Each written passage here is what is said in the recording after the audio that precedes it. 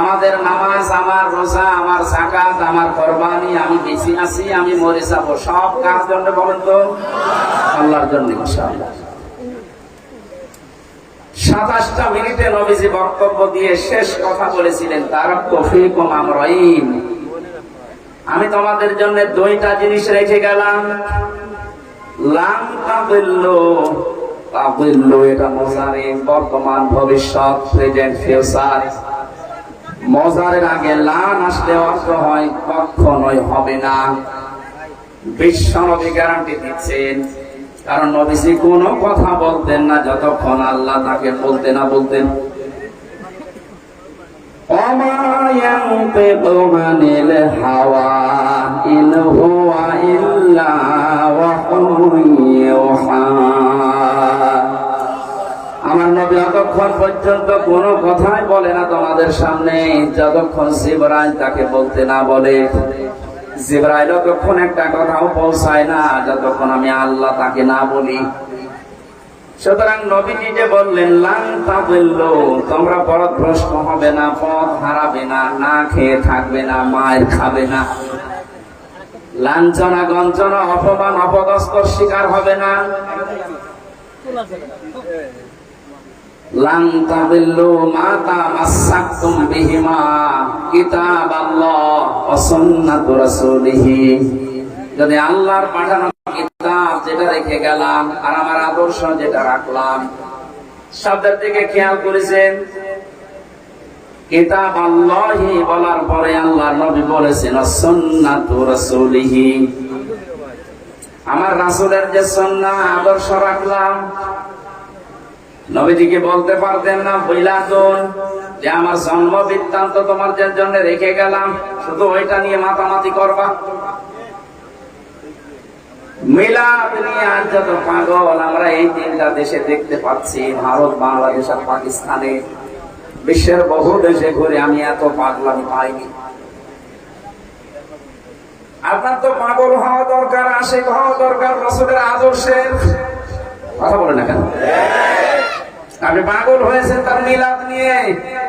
আমি মিলাদ বিরোধী না, কিন্তু মিলাদ যে উদ্দেশ্যে এসেছে, বিশ্বনবীর ইন্তেকালের 600 বছর পরে এটার আবিষ্কার, আর নবীজির জন্মের পর থেকে শুরু করে এখনো পর্যন্ত যেটা আছে, কিয়ামত পর্যন্ত যেটা থাকবে, তার আদর্শ কি থাকবে? তার রেখে দেওয়া সুন্নাহ আদর্শ। এইটাকে যদি আমরা আঁকড়িয়ে ধরতে পারি, কোনদিন আমাদেরকে পথ ভ্রান্ত কেউ করতে পারবে না ইনশাআল্লাহ। নবীজির জীবনের 27 মিনিটের এই বক্তব্যের শেষ কথা এইটা ছিল। আমরা এই কথাটা যদি সত্যিই মেনে নিতে পারি, আগামীতে আমাদের যে সুদিন আসতেছে, রাসূলের এই আদর্শ দিয়ে আমাদের ব্যক্তি, পরিবার, সমাজ, রাষ্ট্র আমরা সাজাতে পারবো ইনশাআল্লাহ। আমরা কোরআন এবং হাদিস থেকে সিরাতুন নবীকে সামনে নিয়ে কথা বলার চেষ্টা চালাচ্ছি। আমা তাওফীকি ইল্লা বিল্লাহ। সিরাত এবং মিলাদ এই দুইটা শব্দ এক না। মিলাদ শব্দটা মিলাদুন থেকে আবিষ্কৃত, এর বাংলা অর্থ জন্ম। বাংলা কি বলেন বলেন? আর সিরাত শব্দের শাব্দিক অর্থ হচ্ছে জীবন চরিত্র, জীবন আদর্শ। কোরআনে কারিমে বিশ্ব নবীকে অনুসরণ করার জন্য আল্লাহ যে আয়াতগুলো কোরআনে দিয়েছে, সেখানে কোন জায়গায় আমি পাইনি যে রাসূলের মিলাদকে অনুসরণ করো, তার জন্মকে না, তার আদর্শকে। এই যে জেলানী সাহেব যে আয়াতটা পড়েছিলেন, উনি ব্যাখ্যা করতে পারেননি সময় পাওয়ার কারণে, না পাওয়ার কারণে। লাকাদ কানা লাকুম ফি রাসূলিল্লাহি উসওয়াতুন হাসানাহ লিমান কানা ইয়ারজুল্লাহা ওয়াল ইয়াউমাল আখিরা ওয়া যাকারাল্লাহা কাসীরা। সূরা হাসাবের 21 নম্বর আয়াতে আল্লাহ বলেন, অবশ্যই আমি আল্লাহ তোমাদের জন্য মহত্তম আদর্শ লুকিয়ে রেখেছি রাসূলুল্লাহর জীবনে। নাটোরবাসী এখানে অনেক আলেম বসে আছে, আপনারা না শুনলে আমি ওনাদেরকে শোনাচ্ছি, ভালো করে খেয়াল করেন। এই কথা বলেন, কি সমস্যা? কথা বলবেন, খুব খেয়াল করে শুনুন। খুব খেয়াল করে শোনেন, বাইরে গেলে তো গীবত করবেন যে কি বলে গেল বুঝলাম না। অবশ্যই আমি আল্লাহ তোমাদের জন্য মহত্তম আদর্শ, সর্বোত্তম এই আদর্শ লুকিয়ে রেখেছি মুহাম্মদ ইবনে আব্দুল্লাহর জীবনে। এ কথা এখানে আল্লাহ দেননি, সরাসরি নাম দিয়েছেন। আল্লাহকে মুহাম্মদ ইবনে আব্দুল্লাহ শব্দটা জানেন না, বলেন? জানার পরও কেন রাসূলুল্লাহ দিলেন? সেই রাসূলুল্লাহর জীবনে, আল্লাহর রাসূলের জীবনের ভেতরে তোমাদের মহত্তম আদর্শ লুকিয়ে রেখেছি। এখানে একটা পাগলেও জানে মুহাম্মদ ইবনে আব্দুল্লাহ তিনি রাসূলুল্লাহ হয়েছিলেন ঘোষণা অনুযায়ী, কোরআনে বর্ণিত 40 বছর বয়স। যদিও জন্মের আগে, পৃথিবী তৈরি হওয়ার আগে ওনাকে যখন আল্লাহ বানিয়েছে ওই সময় থেকে তিনি নবী, কিন্তু ঘোষণাটা আসতে সর্বশেষ যেহেতু এই জন্য ঘোষণা হয়েছে ওনার 40 বছরে। জন্মের পর থেকে ওনাকে কেউ নবী বলে ডাকলো, রাসূল বলে? 1 থেকে 40 বছর পর্যন্ত ওনাকে মানুষ দেখেছে, না ডাকে নাই? কি ডাক? আল আমিন, আস-সাদিক। এই কথাগুলো ওনাকে পুরো আরব জাহানের মানুষ জানতো। জন্য আল আমিন, আস-সাদিক, বিশ্বাসী, আমানতদার। কিন্তু রাসূলুল্লাহ বা নবী এ কথা কেউ 40 বছরের আগে বলে নাই। এর আগে উনি কি ভালো কাজ দুনিয়ায় করেন নাই? 17 বছর বয়সে তিনি হিলফুল ফুজুল, শান্তির সংঘ গঠন করে বহু উপকার করেছেন মানুষের। পরিবারে, সমাজে, রাষ্ট্রের বহু ভালো ভালো কাজে আঞ্জাম দিয়েছিলেন। এই কাজগুলো তিনি করেছিলেন মুহাম্মদ ইবনে আব্দুল্লাহ হিসাবে। কিন্তু যখন রাসূলুল্লাহ হয়ে গেলেন 40 বছর বয়সে, এই মানুষটার কাজও পাল্টিয়ে গেল। মানুষ কিন্তু একই আছে, 17 থেকে 40, এই যে 23 বছর, আর 40 থেকে 63, এইটাও 23 বছর। কথা বলেন না? আগেও 23, পরেও 23। যখন তিনি কাজ করা আরম্ভ করেছিলেন ওই সময় তার বয়স 17। 40 বছর একাধারে বিভিন্ন সংগঠন তৈরি করে চেষ্টা চালিয়েছেন, কিন্তু কাঙ্ক্ষিত মানের শান্তি আনতে পারেন নাই। যদিও সংঘর নাম দিয়েছিলেন হিলফুল ফুজুল, শান্তির সংঘ। শান্তি কায়েম করতে পারেন নাই। তার একটাই শর্ত হচ্ছে তিনি এই 23 বছরে কোরআনে কারিম পান নাই। কোরআন না পেলে এত বড় মহামানব শান্তি 100 ভাগ কায়েম করতে পারেননি। যখনই তিনি 40 বছরে কোরআন পেয়েছেন, বাকি 23 বছর 63, 40 থেকে 63, এই 23 বছরে এমন শান্তি স্থাপন করেছিলেন, ঘোষণায় দিয়ে গিয়েছেন খায়রুল কুরুনি কারনি, আমার যুগ শ্রেষ্ঠ যুগ। যেটা থাকলে শান্তি স্থাপন করা যায়, কায়েম করা যায়, তার নাম কোরআন। কথা বুঝতেছে? কি মনে হচ্ছে আপনার? কোরআন বাদ দিয়ে এত বড় মহামানব, এত বড় চরিত্রের অধিকারী মানুষ, যাকে আপনি কোল কেনারা পাবেন না অনুসরণ করে, আযীম শব্দ আল্লাহ দিয়েছেন তার নামে। ওয়া ইন্নাকা লাআলা খুলুকিন আযীম। আপনি মহান চরিত্রের উপরে প্রতিষ্ঠিত। আমার এই নামটা আমি কোন নবীকে দেয়নি, আযীম, এটা আপনাকে আমি আল্লাহ দিলাম। আমার কোরআনের জন্য আমি এই নামটা দিয়েছি আযীম। ইব্রাহিম নবীর সন্তান হযরত ইসমাঈলকে আমি ডাক দিয়েছিলাম গোলামিন হালিম, আমার সহনশীল ধৈর্যশীল বান্দা, কিন্তু আমি আযীম দেয়নি। এত বড় ধৈর্যের পরীক্ষা দেওয়ার পরও আমি তাকে আযীম বলি নাই, বলেছি হালিম। কি বলেছি?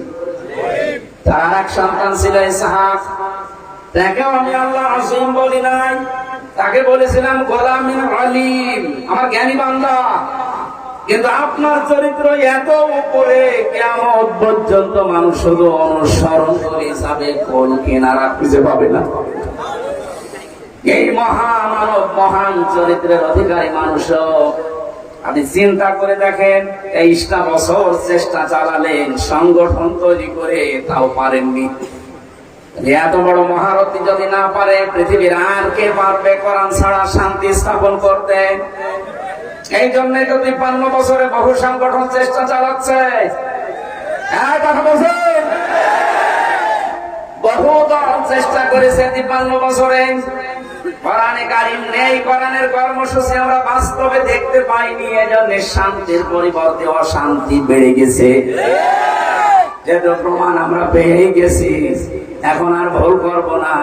নবীজির বাকি 23 বছরে যে কোরআন হাতে নিয়ে তিনি চেষ্টা করে খায়রুল কুরুনি কোরআন উপহার দিলেন, ওটা যদি এদেশে আমরা দেখতে চাই, আমাদেরও কোরআনের কাছে আসা লাগবে। কথার অর্থ যদি বুঝে থাকেন মাহফিল সাকসেস, তাহলে কোরআন ছাড়া শান্তির জায়গা আর নেই। সে যে সূরাতে আসুক না কেন, ও তো ধোঁকা। যদি আবার বাবা কবর থেকে আসে, স্বামী আসে, চাচা আবার যদি আসে, সব ধোঁকা, কারণ কোরআন নেই।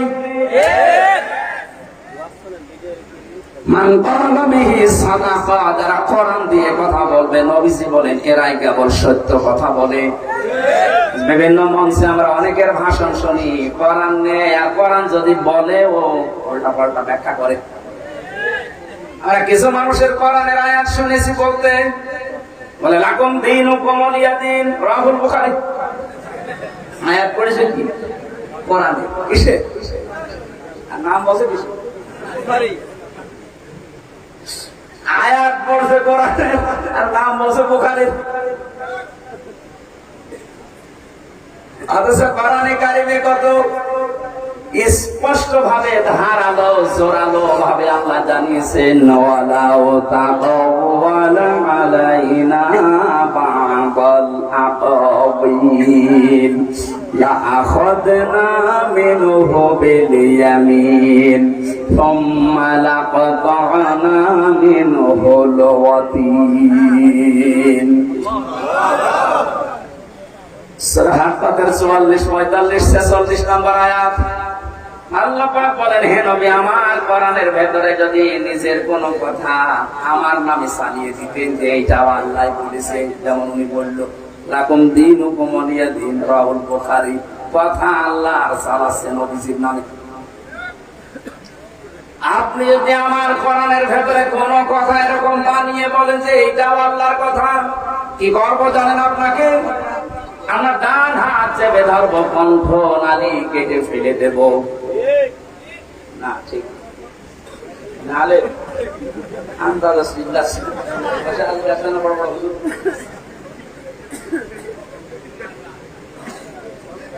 যারা সিলেবাস ভুক্ত আলেম প্রচলিত, সে দাওরা পাস বলেন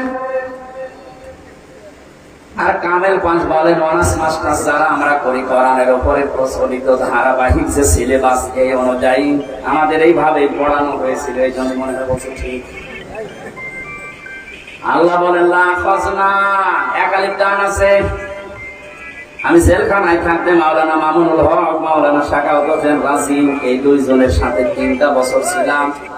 ওনাদেরকে বারবার আমি জানিয়ে জিজ্ঞাসা করেছিলাম যে আমাদের সিলেবাসে কওমি হোক, আলিয়া হোক, ভার্সিটি হোক, ওখানে তো লেখা আছে আমি নবীর ডান হাত চেপে ধরতাম, কণ্ঠ নালী কেটে ফেলে দিতাম। ও এখানে তো মিলছে না। এখানে সরাসরি ফাইল আল্লাহ নিজে, লাখাযনা, আমরা ধরতাম, আমরা মানে আমি আল্লাহ। ওকে বলেন বলেন, আল্লাহ নিজে ধরতেন। মিনহু বিল ইয়ামিন, মানে দ্বারা দিয়ে করতে, 99টা অর্থ আছে এই বা শব্দের। আল্লাহ বলেন মিনহু বিশিমাল না, মিনহু বিল ইয়ামিন, আমি আমার ডান হাত দিয়ে, ডান হাতের দ্বারা, ডান হাত কর্তৃক আমি নিজে ধরতাম আমার নবীকে। নবীর ডান হাত ধরতাম না, আমি নিজে ধরতাম আমার ডান হাত দিয়ে। কথাটা পুরো ভালো হয়ে যাচ্ছে। আমি আশা করছি আলেম যারা আছেন আর একটু চিন্তা করবেন শব্দটা নিয়ে। আল্লাহ বলে না আমি আমার নবীর হাত ধরতাম না, আমার হাত দিয়ে আমি নবীকে ধরতাম। আমি আমার হাত দিয়ে, বাম হাত না ডান হাত? কেন আল্লাহর বাম হাতে সব কিছু মেনহবিস সীমার দিলেন না কেন? এই জন্যই তাফসীর মাহফিলে আসতে হয়। আমি তো ছোট মানুষ, বড় বড় আলেম যারা এই মানুষগুলোর তাফসীর শুনতে যাবে, এমন এমন কিছু তারা বের করে দেবে জীবনও আপনি শোনেননি। চিন্তা ভাবনা করার জন্য আল্লাহ কোরআন দিয়েছেন। এর জন্য কোরআন কেন্দ্রিক আপনার জীবন যত বেশি এগিয়ে আসবে, না জানা তথ্য আপনাকে আল্লাহ দিয়ে বলাবে। আফালা ইয়াতাদাব্বারুনাল কোরআন, কি হয়েছে তোমাদের? কেন চিন্তা ভাবনা করো না কোরআন নিয়ে? আজ বাবার মাজার নিয়ে গবেষণা হয়, গবেষণা কয়েকদিন হয়েছে মাজার নিয়ে, দেখা যাচ্ছে অধিকাংশ জায়গায় শিরকের আঁকড়া আর জেনার বাজার বসেছে। আপনি একটা মাজার দেখান তো যেখানে গোনা হচ্ছে না, দেখান কিছু না কিছু হলেও অন্তত সেজদা দিচ্ছে। এই জন্যই তো দেশের হক্কানি আলেমরা এত রেগে গেছে যে আমাদের সামনে প্রকাশ্য শিরিক হবে আর আমরা আঙ্গুল চষবো না, এইটা আগে দূর করেন। মাওলানা মামুনুল হক জেলখানায় থাকতেও আমাকে বলেছিল, হামজা বাইরে যদি যেতে পারি এই শিরিকের আস্তানা রাখবো না। বক্তব্য দিয়েছে কোরআন হাদিসের সাথে যে কবর যে মাজার মেলে না ওটা ভেঙ্গে গুড়িয়ে দেন। আমার মনে হয় শুরু হয়ে গেছে। এটা যদি চালু থাকে আর যারা গাঁজা খেয়ে আজ মিছিল করছে, এই গাঁজা খর গুলো বুঝতে পারছে ওরা কোথায় যাচ্ছে। কুষ্টিয়ায় লালনের মাজার নিয়ে লালন একাডেমি খোলা আছে, লালন ইনস্টিটিউট বানানো আছে, লালন গবেষণাগার আছে। অথচ একটা আয়াত নিয়ে যদি বলা যায় যে ভাই একটা গবেষণাগার তৈরি করেন, তখন বলে অর্থের অপচয় হবে। কি পেয়েছেন মাজারে? এখানে দেখেন তো কয়েকটা আলেম আছে, জিজ্ঞাসা করেন আমি হাদিস পড়েছি কিয়ামতের ময়দানে সবচাইতে বেশি আল্লাহ অপমান করবে, শাস্তি দেবে দুই প্রকার মানুষকে। এক প্রকার মানুষ যারা দুনিয়ায় মাজারের খাদেম, তুমি আর খেদমত করার জায়গা পাচ্ছ না, মরে গেছে ওর কবর বানিয়ে ব্যবসার জন্য খেদমতে লেগেছে। ওটা কোনো খেদমত না, ওটা একটা ব্যবসা। এ হাল তেরা জাল হাই, মাকসুদ মেরা মাল হাই, এ আজিব তেরা তাল হাই। এই কথা বলছেন, একটা যেন না থাকে। সুর যখন উঠেছে, যত শিরিকা দেশে আছে সবগুলো যেন মাটির সাথে মিশে।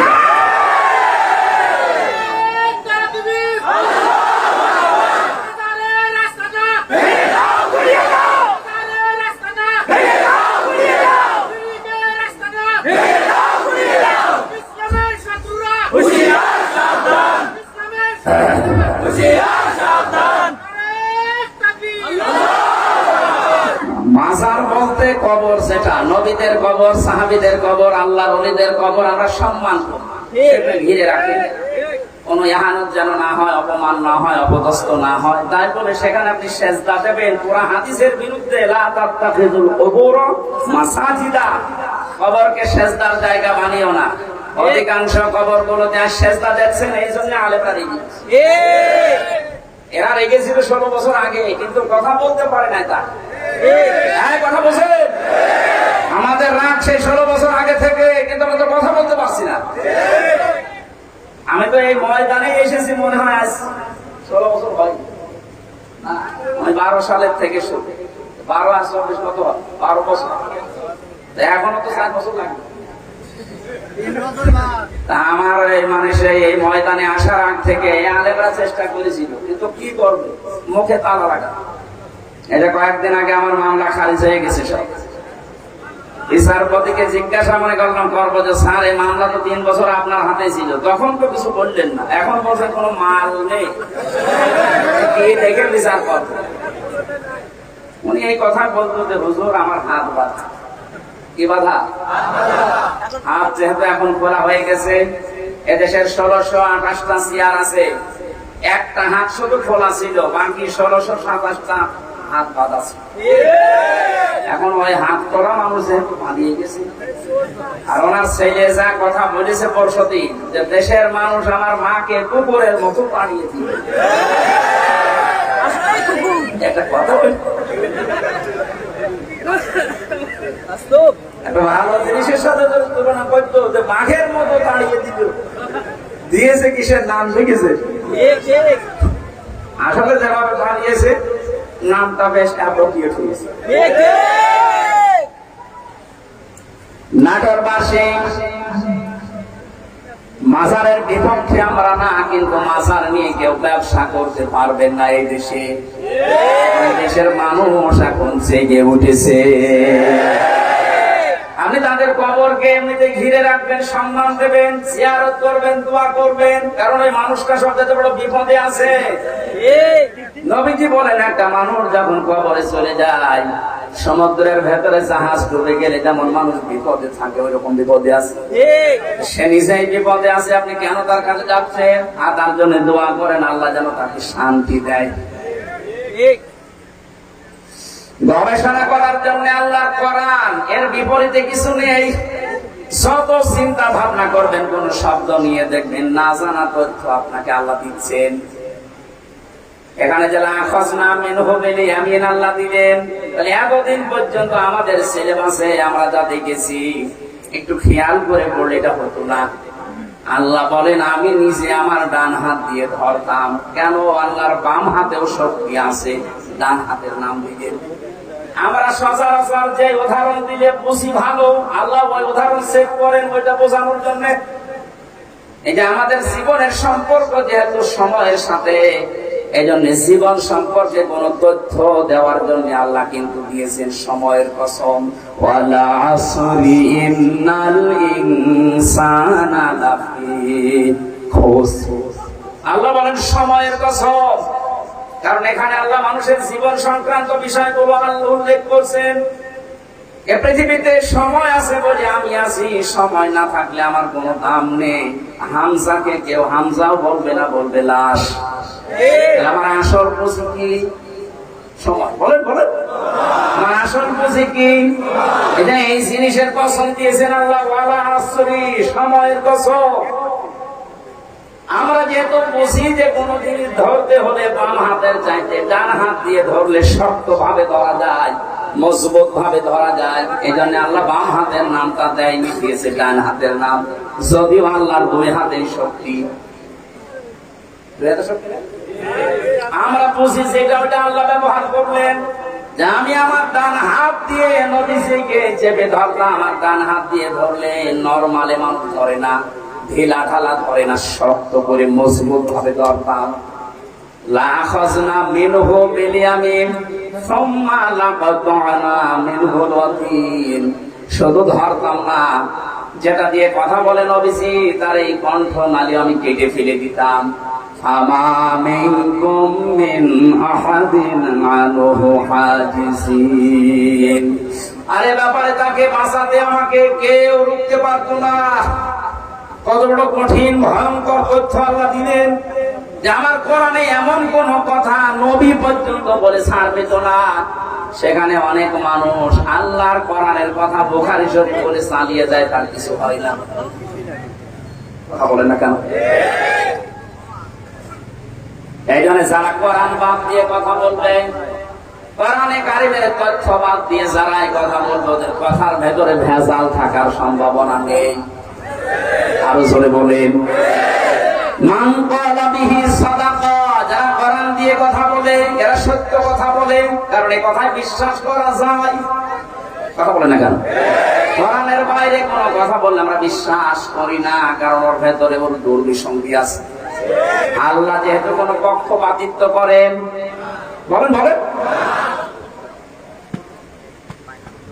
কোরআনের কথাগুলো যারা শোনার জন্য অ্যাক্টিভ হয়ে বসে আছেন, এবার যে তথ্যটা দেওয়ার জন্য এতক্ষণ পর্যন্ত আমি অগোছলা কথা বললাম, এবার মেন জায়গায় এসেছি।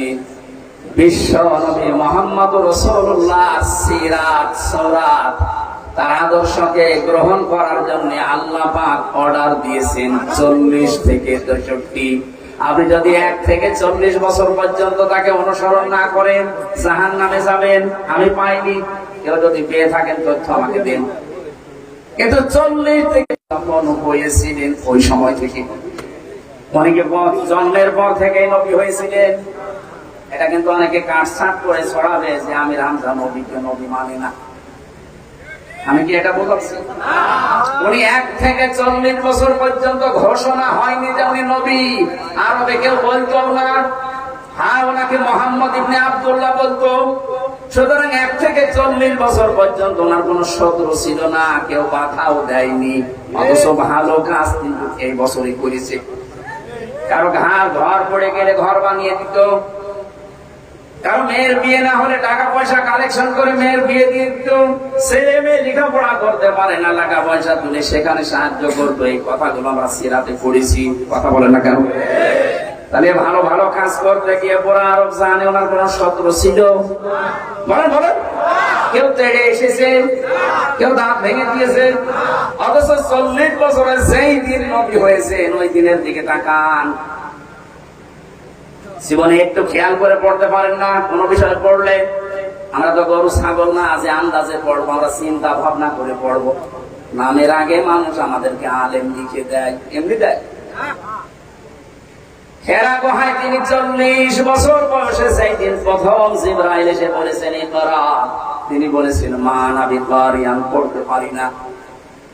1 বার 2 বার 3 বার বলার পরে যখন বুকে জড়িয়ে বলেছেন ইকরা বিসমি রাব্বিকাল্লাযী খালাক, সঙ্গে সঙ্গে বিশ্ব নবী এবার পড়া আরম্ভ করলেন। শুধু পড়েননি, একাধারে 5 আয়াত পড়েছিলেন। সুবহানাল্লাহ। এবার খেয়াল করেন তো কি বলছি। নাটোরবাসী বিশ্ব নবী প্রথম 3 বার পড়লেন না কেন? বললেন আমি পড়বো না, আমি পড়তে জানি না। কেন? চতুর্থবার যখন তিনি পড়া আরম্ভ করলেন, জিবরাইল কিন্তু প্রশ্ন করেছিলেন যে বারবার আপনাকে বললাম আপনি পড়লেন না, এখন হঠাৎ করে 5টা আয়াত একবারে পড়লেন, কারণ কি? নবীজি উল্টা দিয়েছিলেন প্রশ্ন, হ্যাঁ জিবরাইল তুমি আমাকে তো বলো না যে কি পড়া লাগবে, তুমি খালি ইকরা ইকরা ইকরা বলো, কি পড়বো? যখনই বলেছে বিসমি রাব্বিকা, রবের নামে, তখন কিন্তু আমি আর দেরি করি নাই। কারণ আমি যদি পড়তে চাই আমার রবের নামে পড়বো, কোন গুরু ঠাকুরের নামে না। এতক্ষণ পর্যন্ত যদি বলতে বিসমি রাব্বিকা, রবের নামে পড়েন, আমি তো আরম্ভ করে দিতাম।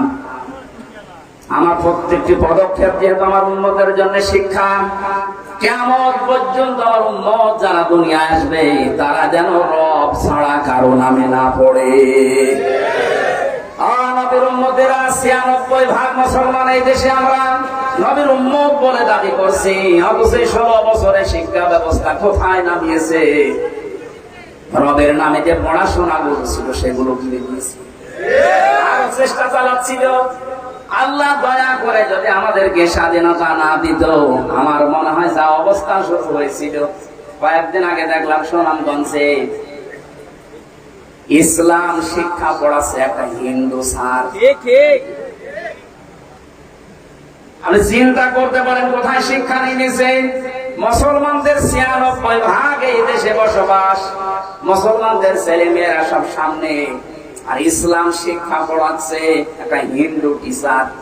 মুসলমান পাচ্ছেন না? সে আমাদের ধর্ম সম্পর্কে কি জানবে বলেন? আমার আল্লাহরে বিশ্বাস করে না সে, আমার রাসূলকে সে মানে না, সে কি পড়াবে? কোথায় নেমেছিল? আমি আর নিচে নামলাম না, কারণ আপনার নিচের খবর সব আপনারা জানেন। বাস্তব এইটা, এখন থেকে আজকে সিদ্ধান্ত পাল্টিয়ে যান। ধর্ম উপদেষ্টা ডক্টর আসামা খালিদ সাহেব দায়িত্ব নেওয়ার পর থেকে বারবার বলছে আমরা শিক্ষা ব্যবস্থায় আগে নবীর ওই জীবনী, সাহাবীদের আবু বকরের জীবনী আবার নিয়ে আসতে চাই। এগুলোর ভেতরে যে শিক্ষা আছে, মানুষের ভেতরে এগুলো থাকলে মানুষ মানুষ হবে। বাবার জীবনী পড়ে আমি করবো কি?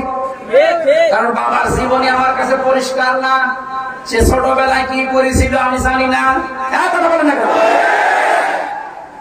এমনকি তার মা বাবার ঠিক আছে কিনা তাও আমরা জানি না।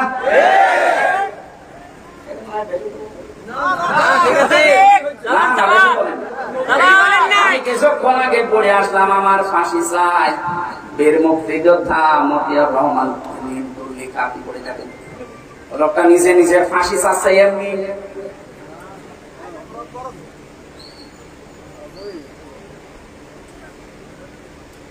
আমি জানি কিছু মানুষের একেবারে শৈলে চালছে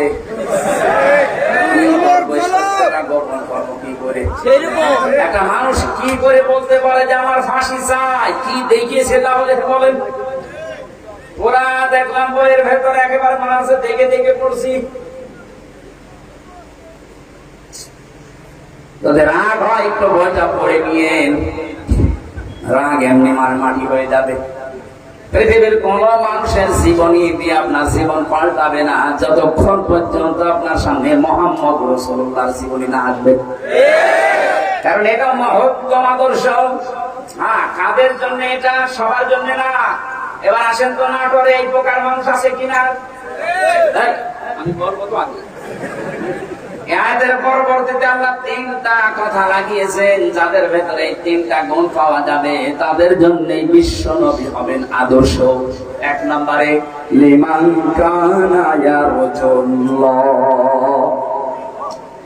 দুনিয়ায় যে কাজ করতে গিয়ে যারা আল্লাহর সন্তুষ্টির দিকে খেয়াল করে যে এ কাজে আমার আল্লাহ রাজি আছে তো, এ কাজে আমার আল্লাহ নারাজ হয়ে যাবে না তো, এইটা খেয়াল করে যারা দুনিয়ার জীবন চালাবে, এই মানুষগুলোর জন্য মুহাম্মদ রাসূলুল্লাহ হবেন আদর্শ। আপনি এদেশে এবার আপনার নিজের দিকে তাকান, আপনার সব কাজ আল্লাহর খুশির জন্য হচ্ছে তো? লিমান কানা ইয়ারজুল্লাহ ওয়াল ইয়াউমাল আখিরা, রাজা'a ইয়ারজি'ু মানে ফিরে আসা।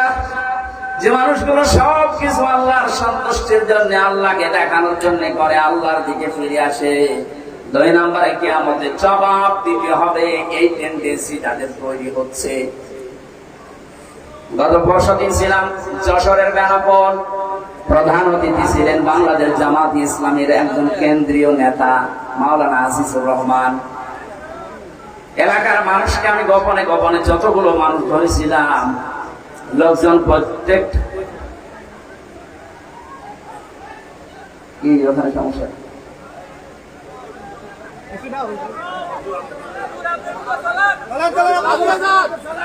সাপ নাকি সাপ?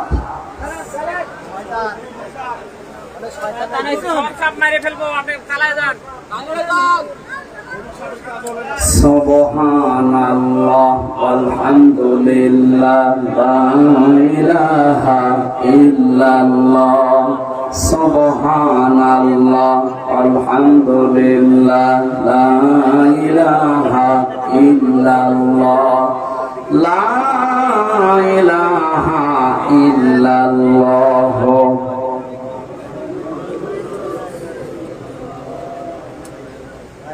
কি দেখা শেষ হয়েছে ওনাদেরকে?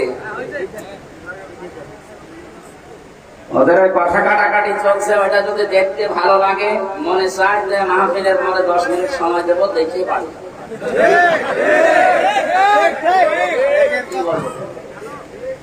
দুইজন দৌড়াচ্ছে আর ওখানে তাকিয়ে আছে আমার বাপ। আমার মনে হয় এখন যদি পরিমণি যেত, ও কাঁচা বেজে দেবে, কিসের হুজুর আমি রামদা মনে দেখবো, আগে কাজ করবো না। ওই যারা কথা কাটাকাটি করছে ওদেরকে একটু থামান ভাই, আমরা আলোচনাটা শেষ করে দেখেন, খুব গুরুত্বপূর্ণ কিছু তথ্য আছে সামনে ইনশাআল্লাহ। আসছে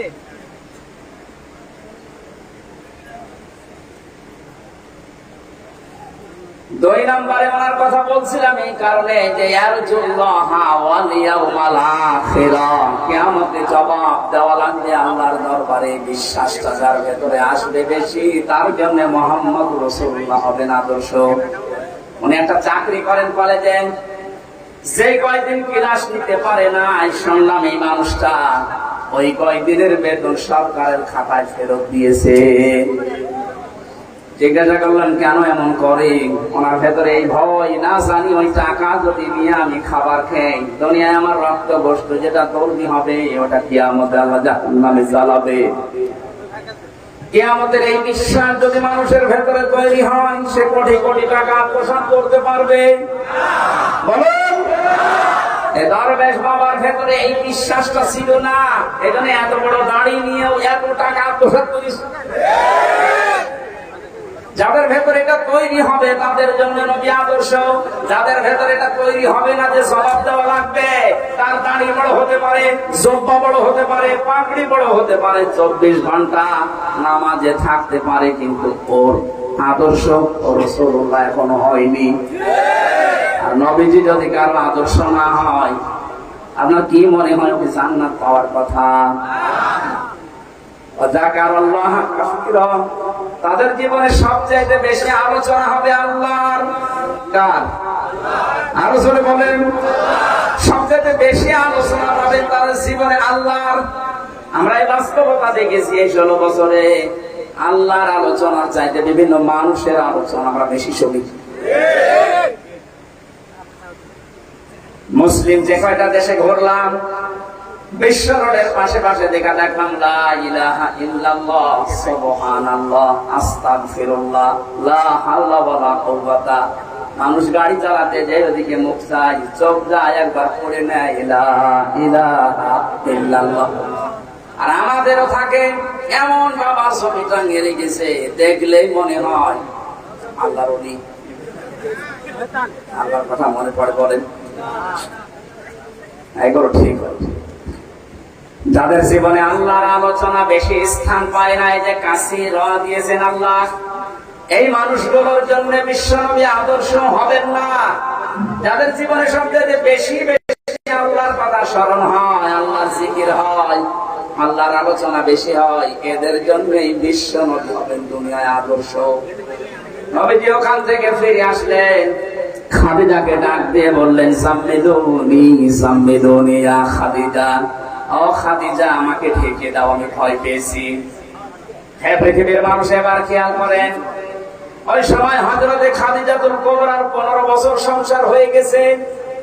ডাক দিয়ে বলেন, আবুল কাসেম ভয় পাবেন না, কোন দুষ্ট জিন আপনাকে ভয় দেখাতে পারে না।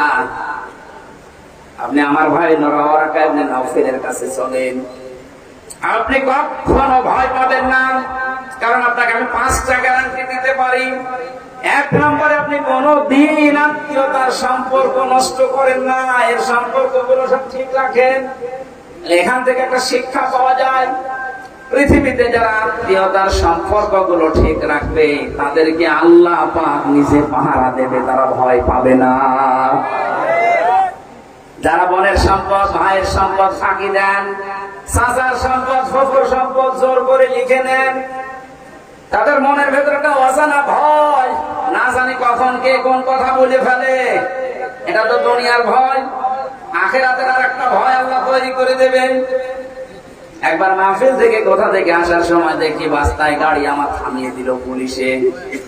গাড়ি থামানোর পরে বলছো, হুজুর আমার বুকে ফু দিয়ে দেন। ডিউটি করছিলাম, হঠাৎ তাল গাছের ভেতরে কি যেন নড়ে উঠলো, আমি ভয় পেয়ে গেছি।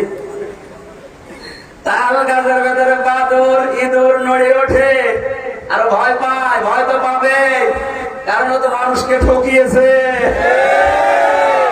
যারা মানুষকে ঠকাবে না, আত্মীয়তার সম্পর্কগুলো ঠিক রাখবেন, এই মানুষগুলোর ভেতর থেকে আল্লাহ ভয় দূর করে দেয়। কথা বুঝতেছেন? আজ এখানে হাজারো পুরুষ মানুষ আমরা নিজের স্ত্রীর কারণে আজ রক্তের সম্পর্কগুলো ঠিক রাখতে পারি না। নিজের ভাইয়ের সাথে সম্পর্কটা ভালো রাখা চাই না, তার যে হক আমি আদায় করতে পারি না, আমার বোনের যে হক আমি দিতে পারি না, ওই বোর কারণে ওর মন খারাপ হয়, পেঁচার মতো মুখ করে বসে থাকে। এরকম বউ আছে কার? হাত তোলেন তো। একটা লোক নেই। আমার মনে হয় ওই জালনা দিয়ে কার বউ দেখছে, এই কারণে এরা ভয় পাচ্ছে। আমাদের কোনো ভয় নেই। মহিলারা দরজা বন্ধ করে দেন, আপনাদের কারণে হাত করছে।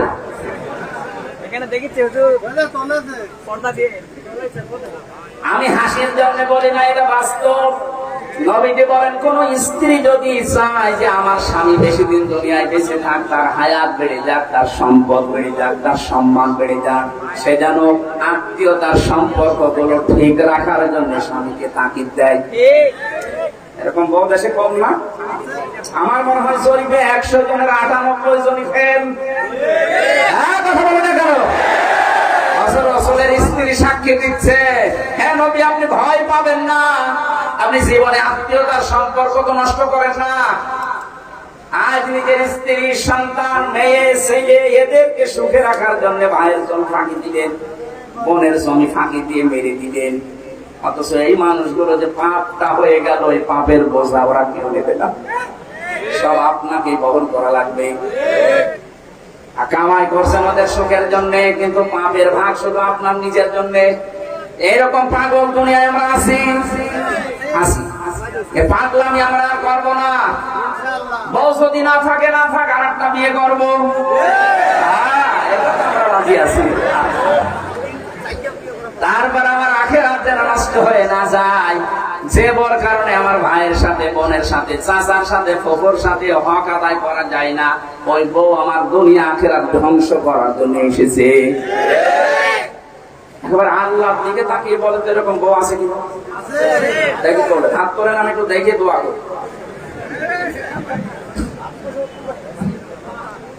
নবীজিকে যে 5টা সার্টিফিকেট দিয়েছিলেন, তার 1 নম্বরে এইটা। যেখানে হাজারো স্বামী আমরা যারা বসে আছি, আমার তো মনে হয় আমাদের স্ত্রীরা এই সার্টিফিকেট আমাদেরকে দেবে না, কারণ আমরা নিজেরা এগুলো নষ্ট করছি। কয়েকটা কথা শোনার পরে বিশ্বনবীকে ডাক দিলেন, ওয়ারাকা ইবনে নাওফেল, হে আমার বোনের জামাই, হে আমার ভগ্নিপতি, আপনি যা যা বললেন যে এরকম একটা লোক এসেছিল, ওকে চাপ দিয়েছিল, পড়তে পড়েছিল, আমি তাওরাত আর ইনজিল কিতাব পড়ে দেখছি এইরকম কথা নিয়ে হযরতে মুসা, হযরতে ঈসার কাছে এই ফেরেশতা এসেছিল। আছে জিবরাইল, কিন্তু সমস্যা আমি দেখতে পাচ্ছি আরেকটা, এই ফেরেশতা যার কাছে আসে, ওই জাতির লোকেরা ওই লোকটাকে এলাকায় থাকতে দেয় না, তাড়িয়ে দেয়। আমার তো মনে হচ্ছে যে ফেরেশতা আপনার সাথে দেখা করেছে, কথা বলেছে, ওহী নাযিল করেছে, কিছুদিনের ভেতরে আপনার আমার নামও ধরে ডাকে না, এত সম্মান দেয় আমারে, আর তার আমারে তাড়িয়ে দেবে, আমারে মারধর করবে, এটা আমি মানি না। ওয়ারাকা ইবনে নাওফল বলেছিল ওই সময়, হে মুহাম্মদ সাল্লাল্লাহু আলাইহি ওয়াসাল্লাম, আমি তো আমার তাওরাত ইনজিলের ভবিষ্যৎবাণী দেখতে পাচ্ছি, এ ফেরেশতা যাদের কাছে আসে তাদের পরিণতি এই হয়। কিন্তু আমার আফসোস, আমি যদি ওই সময় পর্যন্ত বেঁচে থাকতাম তাহলে আপনাকে আমি সাহায্য করতাম, আমার হায়াত তো পর্যন্ত আর নেই। কি বুঝলেন এখান থেকে? আমি শুধু ঘটনা বলবো তা না, সিরাত যেহেতু এটা, আজকে তো তাফসীর মাহফিল না, সিরাত মাহফিল। বিশ্ব নবী মুহাম্মদুর রাসূলুল্লাহ সাল্লাল্লাহু আলাইহি সাল্লাম যখনই তিনি রাসূল হলেন, নবীওয়ালা কাজ আরম্ভ করলেন, তখনই তার জাতি তার শত্রু হয়েছিল। এমনকি ৮২ বার এই 23 বছরে তাকে হত্যা করার জন্য চেষ্টা চালিয়েছিলেন। আপনিও যদি নবীওয়ালা কাজ আরম্ভ করেন, হ্যাঁ, মুহাম্মদ ইবনে আব্দুল্লাহর কাজ করলে আপনার কোনো শত্রু থাকবে না, আপনাকে আরো ভালো বলবে, এক কথা বলছেন, আপনাকে মারহাবা দেবে, আর হলেও হত্যার চেষ্টা হবে। তাকান তাম দুনিয়ার দিকে, যারাই নবীওয়ালা কাজ আরম্ভ করে তারাই বাতিলের টার্গেট হয়ে যায়। আপনি মনে করেন যে ব্যক্তিগত শত্রুতা তাদের সাথে?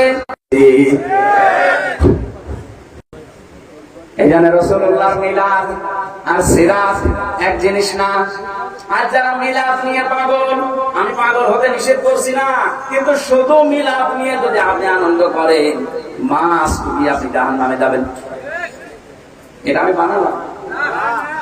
নবীজির আপন চাচা আবু তালেব আর আবু লাহাব দুইজনে কিন্তু নবীর মিলাদে জন্মে খুশি ছিল, এত আনন্দ করেছিল। আবু লাহাব, সুয়াইবিয়া নামক সেই মহিলা এসে বলেছে, আপনার এতিম, আপনার ভাইয়ের ছেলে, মরা ভাই আব্দুল্লাহর ছেলে এতিম, একটা ছেলে জন্ম নিয়েছে, খুব ফুটফুটে দেখতে। বলেছিল এত বেশি খুশি হয়েছে আমি, তুই এই সংবাদটা দেওয়ার কারণে আমি তোকে মুক্ত করে দিলাম। যা, নিজের কেনা দাসী বাদী মুক্ত করে দিয়েছে।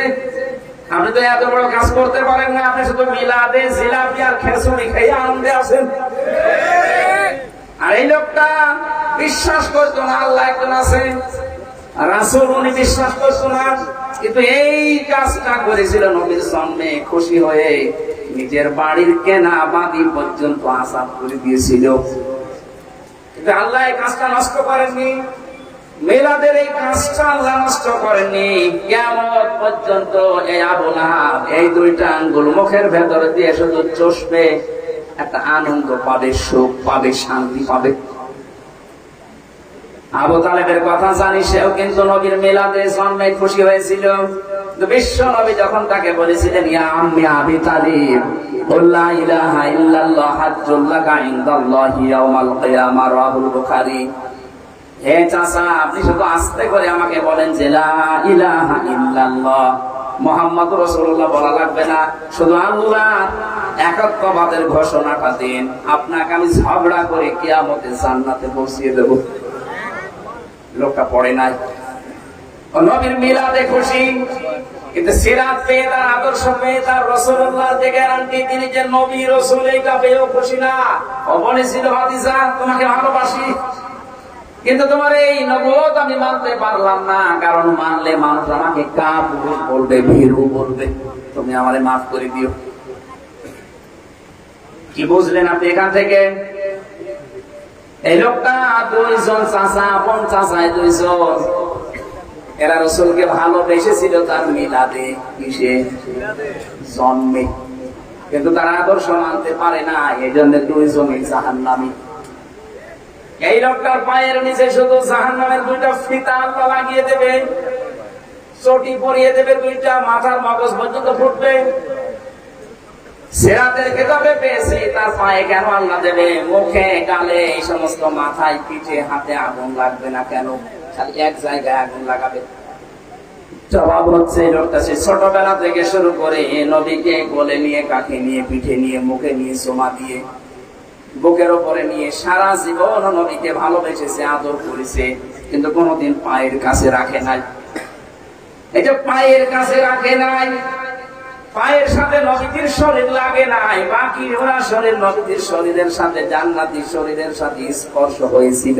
এই জন্য পুরা শরীরে আল্লাহ জাহান্নামের আগুন লাগাবে না, ওই একটা জায়গায় লাগিয়ে দেবে। তারা নবীর মিলাদে খুশি, কিন্তু চরিত্রে খুশি। বলেন বলেন, এই জন্য দুইজনে জাহান্নামী। সিস্টেম অপর পৃষ্ঠায় দেখুন, আরো দুইজন চাচার নাম সিরাতে আছে, একজন হযরতে আব্বাস আর একজন হযরতে হামজা রাদিয়াল্লাহু তাআলা আনহুমা। আগের দুইজনের নাম পড়লে কেউ রাদিয়াল্লাহু পড়ে, আর পরের দুইজনের নাম শুনলে মানুষ পড়ে রাদিয়াল্লাহু তাআলা আনহু, যে আল্লাহ তাদের উপরে রাজি হয়ে গেছে। এই দুইজন চাচার দিকে তাকান, তারা শুধু নবীর জন্মে খুশি ছিল না, জন্মের সময় তো খুশি ছিল, কিন্তু নবীর আদর্শ পেয়ে তারা খুশি। এত বেশি আনন্দ, খুশি হয়েছে নবীর জন্মে, নবীর মিলাদে, নবীর আদর্শ পেয়ে নিজের জীবন দিয়ে নবীর আদর্শ টিকিয়ে রেখেছে। হযরতে হামজা ৭০ টুকরা হয়েছিল, কিন্তু নবীর আদর্শ ছাড়ে নাই। কথা বলে না কেন? হযরতে আব্বাস যে বোতাম ছিল তার শরীরের ভেতরে, যে জামার বোতাম, এগুলো সব স্বর্ণের। আল্লাহর নবী মুহাম্মদ রাসূলুল্লাহ সাল্লাল্লাহু আলাইহি সাল্লাম ডাক দিয়ে বলেছিলেন, চাচা আপনাকে আপনি আমার চাচা বলে ছেড়ে দিতে পারবো না। কেন? আপনি আসার সময় জিহাদের এই ময়দানে, বদরে আসার আগে আমার চাচির কাছে আপনি কিছু স্বর্ণের জিনিসপত্র রেখে এসেছিলেন, যদি মুক্তি পেতে চান ওইগুলো দিয়ে মুক্তিপণ হিসাবে তারপরে মুক্তি পাবেন। হযরতে আব্বাস ডাক দিয়ে বলে, ভাবিছে মুহাম্মদ, আমি আসার সময় ঘরের ভেতরে তোমার চাচির কাছে স্বর্ণের এই জিনিসগুলো রেখেছি, তোমার চাচি আর আমি ছাড়া কেউ জানে না, তুমি জানলে কি করে? বিশ্বনবী বলেন, চাচা শুধু ওইটা না, আপনি যা করেন জিবরাইল আমারে সব আগে থেকে জানিয়ে দিয়েছে। হযরতে আব্বাস বলে, ভাবিজা এত গোপনের কথা যদি তোমার আল্লাহ তোমাকে জিবরাইল দিয়ে জানিয়ে দেয়, আমি আর গোপনে থাকবো না। তুমি আমাকে এই মুহূর্তে ইসলামে প্রবেশ করাও। হযরতে আব্বাস নবীর আদর্শ মেনে নিয়ে বলেছিলেন, মান যাকাতা আমাল ঈমান মান রাদিয়া বিল্লাহি রাব্বা ওয়া বিইসলামি দীনান ওয়া বিমুহাম্মাদুর রাসূলুল্লাহ সাল্লাল্লাহু আলাইহি ওয়াসাল্লাম নাবিয়্যান ওয়া রাসূলা। রাহু মুসলিম। হযরতে আব্বাস বলেছিলেন, কেউ যদি ঈমানের স্বাদ পেতে চাও, আল্লাহকে রব, ইসলামকে জীবন ব্যবস্থা, আর মুহাম্মদুর রাসূলুল্লাহকে কেউ যদি নবী এবং রাসূল এই পৃথিবীতে মেনে নিতে পারো, সেই ঈমানের স্বাদ পাবা। সে শুধু নবীর জন্মে খুশি ছিল না, নবীর আদর্শেও খুশি ছিল। আমি যে চারজন চাচার নাম বললাম, দুইজন চাচা জান্নাতি, দুইজন চাচা জাহান্নামী। পার্থক্য এতটুকুই, দুইজন আদর্শ পেয়ে খুশি, সিরাত পেয়ে, নবীর সিরাত আদর্শ পেয়ে খুশি, আর দুইজন শুধু জন্ম নিয়ে খুশি। আমরা কি শুধু মিলাদ পড়বো না, নবীর আদর্শ মানতে চাই? এবার আসেন তো, বিশ্ব নবীকে আল্লাহ পৃথিবীতে যে উদ্দেশ্য নিয়ে পাঠালেন, কোরআনে কারীমের সূরা ফাতিহা এটা 28 নম্বর আয়াত। এটা রব্বুল আলামিন বলেন, ওয়াল্লাযী আরসালা রাসূলাহু বিল হুদা ওয়া দীনিল হক। যেহেতু রাসূলকে আল্লাহ পাঠিয়েছেন এই পৃথিবীতে একটা উদ্দেশ্য নিয়ে, আমরা যদি আজ নবীর আদর্শ মানতে চাই, এরকম প্রায় 65টা বিষয় আমি সাজিয়েছি কোরআন আর হাদিস থেকে, একটা মাত্র বলছি। আপনি যদি 65 দিন দাওয়াত দেন একাধারে, এই 65টা বিষয় বলতে শেষ হবে। আজকে একটা চলছে, মাইনাস করে সবার উপরে আল্লাহর দিনকে তিনি বিজয় করবেন। এইটাই রাসূলের কাজ। এটা কার কাজ? এইটাই রাসূলের কাজ ছিল। যত নিয়ম নীতি ধর্ম বানানো আছে দুনিয়ায়, 4500 উপর এখন ধর্ম আছে, সব কিছুকে পেছনে ফেলে ইসলামকে তিনি বিজয় করবেন। যতদিন আছে আপনি মানুষ মেনে চলে, যতদিন সব দিনকে পেছনে ফেলে দেওয়া লাগবে, ইসলামকে বিজয় করা লাগবে। এইটাই রাসূলের কাজ। আর রাসূলকে যারা মেনে নেয় তাদের একই কাজ। কথা বলেন। ইসলাম আমরা জানি, ইসলাম আবার দুই প্রকার। কয় প্রকার? বলেন বলেন। এক নম্বরের ইসলাম হচ্ছে প্রাকৃতিক ইসলাম, আর একটা হচ্ছে শারঈ ইসলাম। প্রাকৃতিক ইসলাম যেটা, এটা আমার আল্লাহ নিজে বানিয়েছেন, নিজে কায়েম করে দিয়েছেন। এই যে সূর্যটা ওঠে, সূর্যটা ডোবে, এটা আমার আল্লাহ বানিয়েছেন, কিয়ামত পর্যন্ত এই নিয়মে চলবে। এটা প্রাকৃতিক। এটা কি? আম গাছে আম ধরে, জাম ধরে না। সমস্যা কি? কি বলছে একটা প্রশ্ন করলে বলতে পারবেন? ইসলাম কয় প্রকার বললাম? একটা প্রাকৃতিক আর একটা শারঈ। প্রাকৃতিকটা তৈরি করেন আল্লাহ, কায়েম করেন আল্লাহ। যেমন আম গাছে আম হয়, জাম গাছে জাম হয়, এটা বানিয়েছে কে? এটা আপনি বানাবেন, বানানোর দরকার নেই। কিয়ামত পর্যন্ত এইভাবে চলবে। কিন্তু শারঈ ইসলাম যেটা, ওটা কিন্তু আল্লাহ পাক নিজে বানিয়ে পাঠিয়েছেন, ওটা কায়েম করবেন না, দেখাবেন না। এখন কিয়ামত পর্যন্ত না, দায়িত্ব এটা না। শারঈ ইসলাম পৃথিবীতে কায়েম করার দায়িত্ব আমাদের। এই জন্য আমরা খলিফা। দায়িত্ব কার? আমরা যদি এই দায়িত্বটা এখন পালন না করে দুনিয়ার মানুষের উপরে ছেড়ে দেই, ফেরেশতাদের উপরে ছেড়ে দেই, বলেন আপনি আল্লাহর প্রাকৃতিক ইসলাম বাদ দিয়ে শারঈ ইসলামের জন্য কি করছেন? এটা যদি আজ কায়েম করার জন্য চেষ্টা চালায়, এটা অতীতে আল্লাহ কায়েম করে দেয়নি, ভবিষ্যতে দেবে না, এখনো দিচ্ছে না। এটা তো আমি বানালাম। ইন্নাল্লাহা লা ইউগায়্যিরু মা বিকাওমিন হাত্তা ইউগায়্যিরু মা বিআনফুসিহিম। আল্লাহ পাক বলেন, যতদিন পর্যন্ত কোন জাতি তার ভাগ্য পরিবর্তন না করবে, আমি আল্লাহর অতদায় পড়ে নাই যে আমি ওর ভাগ্য পরিবর্তন করে দেব না। কোরআনে নিজেরা পাল্টাবে, তারপর আমি চেষ্টা করবো। এক কথা বলছেন, আমাদের ভাগ্য পাল্টাতে হবে আমাদেরকে। শারঈ ইসলাম যেটা দেশে কায়েম করার দায়িত্ব ফেরেশতার না, কার? বলেন বলেন। যে ব্যক্তি মরে গেল কিন্তু ইসলাম কায়েম করার জন্য গজওয়া করে নাই, আন্দোলন করে নাই, চেষ্টা করে নাই, মনের ভেতরের আশা আকাঙ্ক্ষাও ছিল না দিন কায়েম হোক। মাতা আলা শাওবাতিন মিনান নিফাক, নবীজি বলেন যদি মরে যায় তো মুনাফিক হয়ে মরবে। তাহলে আপনার নামাজ দিয়ে, রোজা দিয়ে, হজ দিয়ে, যাকাত দিয়ে, দাড়ি টুপি পাগড়ি দিয়ে আপনি মুনাফিকের মরণ থেকে বাঁচতে পারবেন না যতদিন শারঈ ইসলাম যেটা সব দিনের উপরে ইসলামকে বিজয় করার জন্য কাজ না করবেন। এটা যদি কেউ রাজনীতি মনে করেন, এটা রাজনীতি। আকাফা বিল্লাহি শাহিদা, এটার জন্য সাক্ষী হিসাবে যথেষ্ট কে?